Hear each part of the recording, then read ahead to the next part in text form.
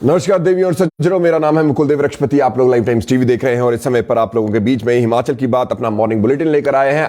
आपका morning bulletin लेकर आए हैं, हिमाचल का मॉर्निंग बुलेटिन लेकर आए हैं, जिसमें हम हिमाचल प्रदेश में चल रही तमाम गतिविधियों को आपको बताते हैं और आप लोगों को बताते हैं कि किस तरह से प्रत्यक्ष या प्रत्यक्ष तौर पर आपके जीवन में ये असर डाल सकती है। तो हिमाचल प्रदेश से जुड़ी सारी जानकारी को लेकर आप लोगों के बीच में पहुंचे हैं, तो जल्दी से जल्दी जुड़ जाइए और जितना ज्यादा जल्दी हो सके इस स्ट्रीम को लाइक अवश्य कीजिए, कमेंट के माध्यम से अपने विचार अवश्य व्यक्त करें और हां, उसी के साथ साथ शेयर कीजिए 2-3 बड़े ग्रुप्स में, क्योंकि कम समय में ज्यादा से ज्यादा जानकारी सबसे ज्यादा लोगों तक पहुंचाने के लिए आप लोगों का सहयोग अपेक्षित है। तो जब आप लाइक, कमेंट और शेयर करके अपना सहयोग दिखाते हैं तो ज्यादातर लोगों तक ये पहुंच पाता है। तो हम उम्मीद करेंगे कि आप अपना जो ये सहयोग अवश्य दिखाएंगे और वीडियो को लाइक करेंगे, कमेंट करेंगे, शेयर करेंगे। तो चलिए इसी के साथ यहां पर अब शुरू करते हैं हिमाचल प्रदेश का मॉर्निंग बुलेटिन। हिमाचल की बात देवी और सज्जनों, हिमाचल प्रदेश की कैबिनेट की सबसे पहली खबर जो है हिमाचल प्रदेश की कैबिनेट को लेकर है। हिमाचल प्रदेश की अगली कैबिनेट बैठक जो है उसकी तिथि यहां पर डिसाइड हो चुकी है।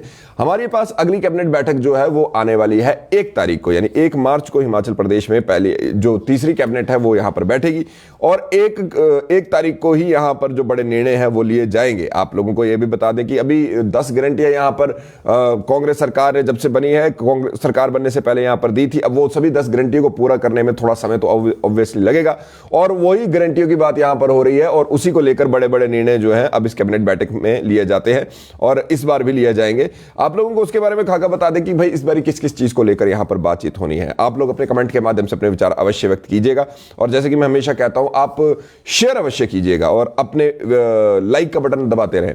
आपको बता दें कि 1 मार्च को जो ये बैठक होनी है, ये पहले 27 फरवरी को होनी थी। अब इसमें थोड़ा सा डिले हुआ है, यानी कि पहले ये परसों होनी थी और अब जो है वो 1 तारीख को होगी, यानी 2 दिन आगे बढ़ गया, 5 दिन के बाद आज से होगी। और इसका कारण यह है कि मुख्यमंत्री और जो मंत्री हैं वो उनकी व्यस्तता बहुत ज्यादा इस समय पर चल रही है और उसी के कारण इसमें 2 दिन का डिले किया गया है।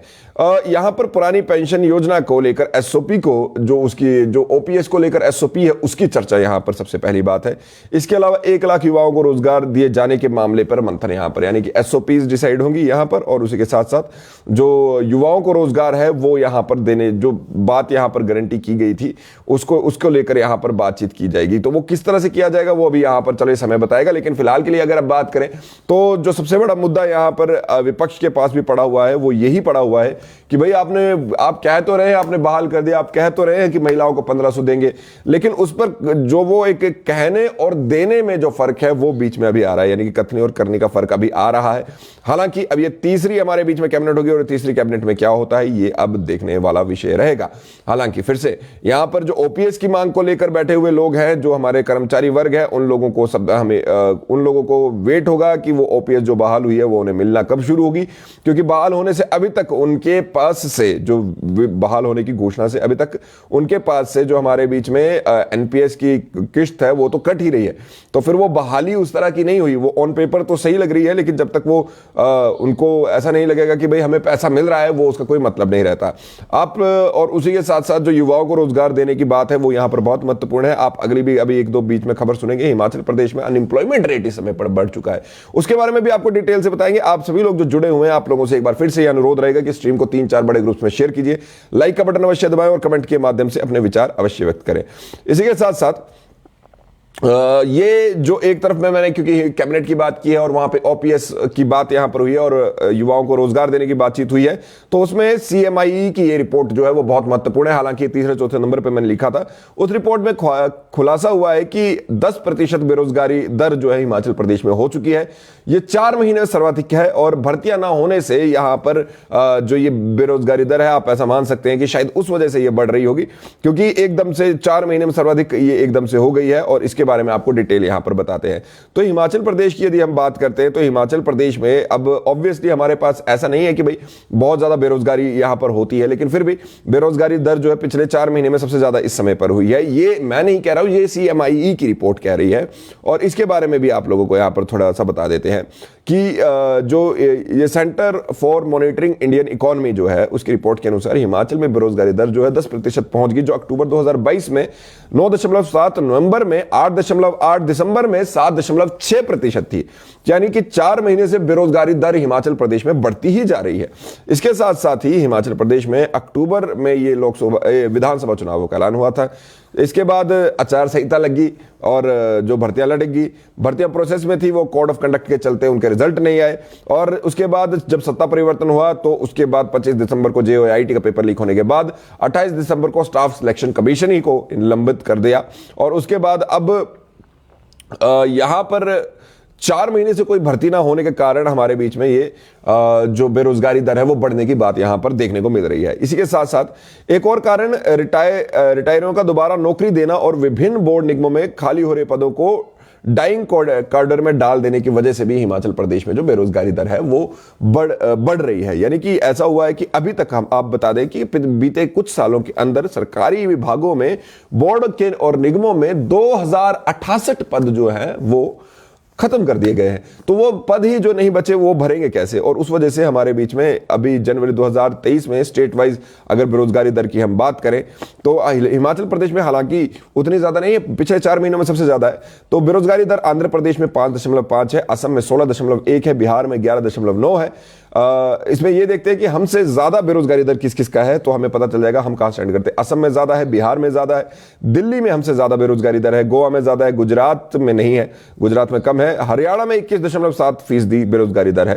तो उसके बाद आप देख सकते हैं कि 10 से ऊपर झारखंड का है, जम्मू कश्मीर में भी 21.8 है, और उसी के साथ राजस्थान में हमसे ज्यादा बेरोजगारी दर है। और उसी के साथ साथ जी हाँ, यहां पर उत्तर प्रदेश की हमारी बेरोजगारी दर जो है वो कम है हमसे, वो अजीब बात है।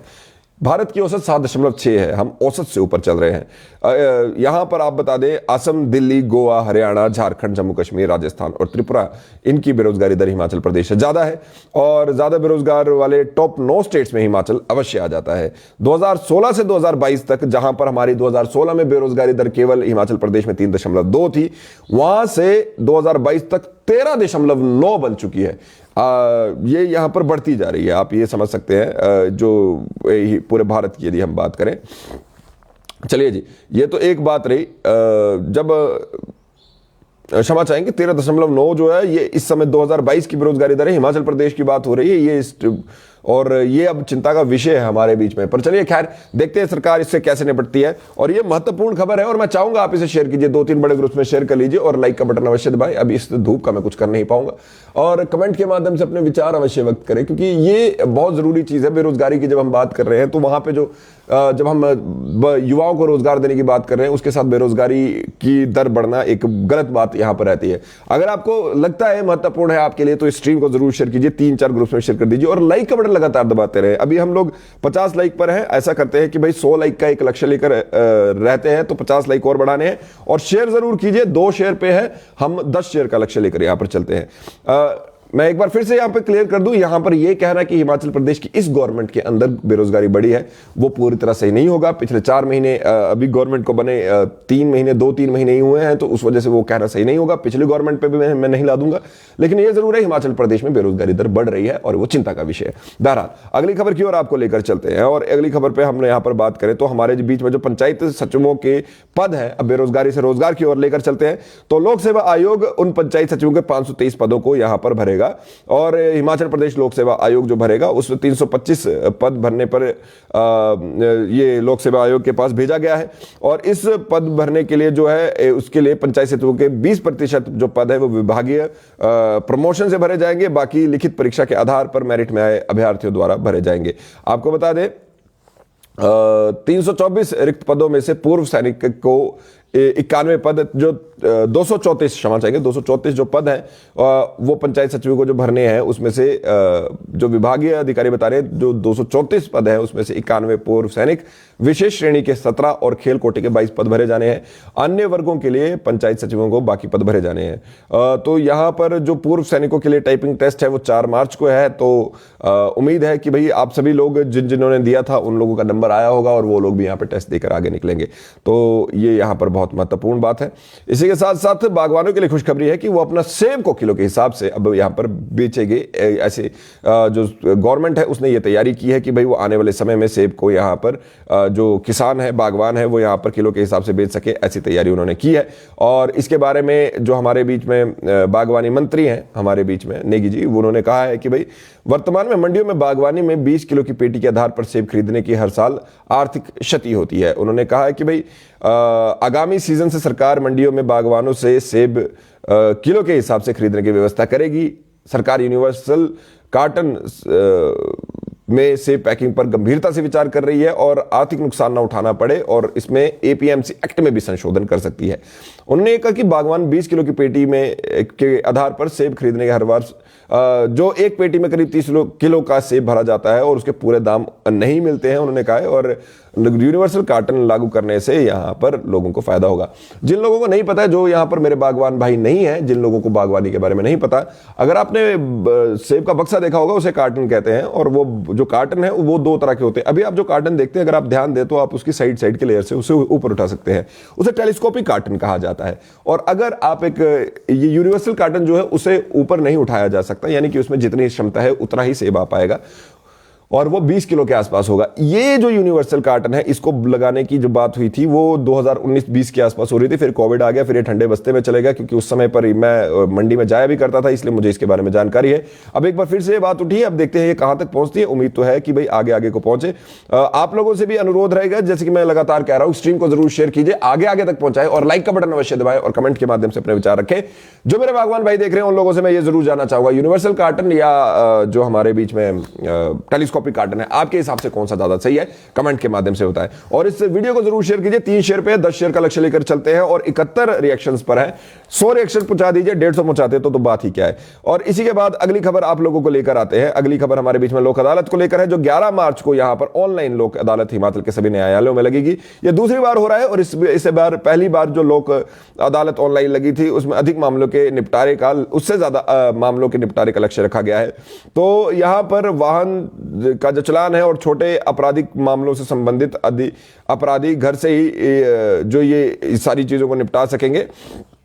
दूसरी ऑनलाइन लोक अदालत के लिए आवश्यक कदम उठाए जा रहे हैं और अधिक से अधिक मामलों को इसके माध्यम से निपटाने के लिए चुना जा रहा है। करीब 25,000 मामले चिन्हित किए गए हैं। इस राष्ट्रीय लोक अदालत के बारे में जन जागरूकता के लिए एक विशेष अभियान भी चलाया जा रहा है। तो ये सब जो है हमारे बीच में आप लोगों को बताया कि 11 मार्च को है, ऑनलाइन होगी हिमाचल की ये दूसरी ऑनलाइन लोक अदालत यहां पर होगी 11 मार्च को। इसी के साथ 42 दिन के शीतकालीन अवकाश के बाद 25 फरवरी को यहां पर हाईकोर्ट, क्षमा चाहेंगे 27 फरवरी को यहां पर हाईकोर्ट खुलेगा, यानी 2 दिन के बाद हमारे बीच में हाईकोर्ट खुलेगा। तो उसके बारे में भी आप लोगों को यहां पर जानकारी देते हैं। इसी के साथ हिमाचल प्रदेश की अटल रोहतांग टनल अब सैलानियों के लिए बहाल कर दी गई। किलाड़ और पांगी के लिए अब यहां पर 4x4 वाहन जा पाएंगे। और उसी के साथ यहां पर शुक्रवार को इसी के साथ साथ जो है बाकी भी कई मार्ग यहां पर जो है बहाल कर दिए गए हैं। हिमाचल की लड़कियों ने भी कमाल किया है। केरल को 6-0 से हरा के हिमाचल ने नेशनल महिला मास्टर्स हॉकी प्रतियोगिता को यहां पर जीता है। और उसी के बारे में आपको बता दें कि 1987 के सब जूनियर, आप लोगों को बता दें, क्षमा चाहेंगे, जी हाँ, बस इतनी सी खबर है। इसके साथ साथ ही हिमाचल प्रदेश में आने वाले कुछ समय में अब मौसम खराब रहने की उम्मीद यहां पर फोरकास्ट हुई है। 5 दिनों में बारिश और बर्फबारी दोनों हो सकती है। मौसम विभाग ने 28 फरवरी को जारी किया, ये 28 फरवरी को यहां पर येलो अलर्ट जारी किया है। और आप लोगों को बता दें इस बार केवल 30% कम बारिश इस बार हुई है हमारे बीच में इस सीजन में। और आप लोगों को बता दें कि ऊंचे क्षेत्रों को छोड़कर आज, कल व परसों मध्यम व अधिक ऊंचे इलाकों में, मतलब जो एक प्लेन को छोड़कर जो है आजकल परसों में मध्यम और अधिक ऊंचाई वाले इलाकों में बारिश और बर्फबारी की संभावना यहां पर दी गई है। तापमान में गिरावट होने की बात कही गई है। 28 फरवरी को कुछ एक जगहों पर आंधी तूफान का येलो अलर्ट भी जारी किया गया है और प्रदेश भर में हमारे बीच में बारिश और बर्फबारी की उस दिन संभावना है। ठंड एक बार फिर से लौट सकती है और 1 और 2 मार्च को मौसम खराब रहने का यहाँ पे मौसम विज्ञान केंद्र द्वारा पूर्वानुमान लगाया गया है।